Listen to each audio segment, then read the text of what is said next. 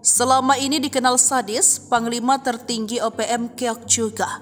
Goliat Tabuni membelot. Setelah bertahun-tahun diburu, akhirnya Panglima tertinggi OPM Jenderal Goliat Tabuni menyerahkan diri ke Tentara Nasional Indonesia. Kepala Staf TNI Angkatan Darat Jenderal Gatot Nurmantio mengatakan, Jenderal tersebut menyerahkan diri bersama 23 orang prajuritnya. Dalam penyerangan diri itu, Jenderal Goliat mengajukan beberapa permintaan kepada TNI, diantaranya minta dibuatkan rubah adat Honai dan dibuatkan sebuah markas Koramil TNI. Goliat Tabuni resmi menjabat sebagai Panglima Tinggi OPM sejak 11 Desember 2012 melalui konferensi tingkat tinggi OPM di Papua. Goliat dan pasukannya selama ini dikenal sangat kejam dan berdarah dingin.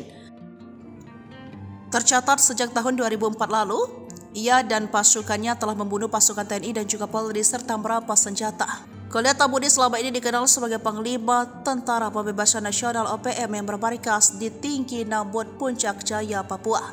Pada tanggal 11 Desember 2012, dia dilantik menjadi Panglima Tinggi dengan pangkat Jenderal Goliat Tabuni bersamaan dengan pelantikan Wakil Panglima TPN OPM, Letjen Gabriel Melchizedek Awam, Kepala Staf Umum TPN OPM Maijen Terianus Tato. Pelantikan ini sesuai dengan KTT, TPN OPM telah berhasil dilaksanakan di markas TPN Perwomi, Biak, Papua tanggal 1 hingga 5 Mei. Pelantikan itu dihadiri 500 pengikut TPN OPM yang ditandai dengan tembakan anggota TPN OPM yang menegaskan Goliat Tabuni sebagai pemimpin perjuangan kemerdekaan Papua Barat.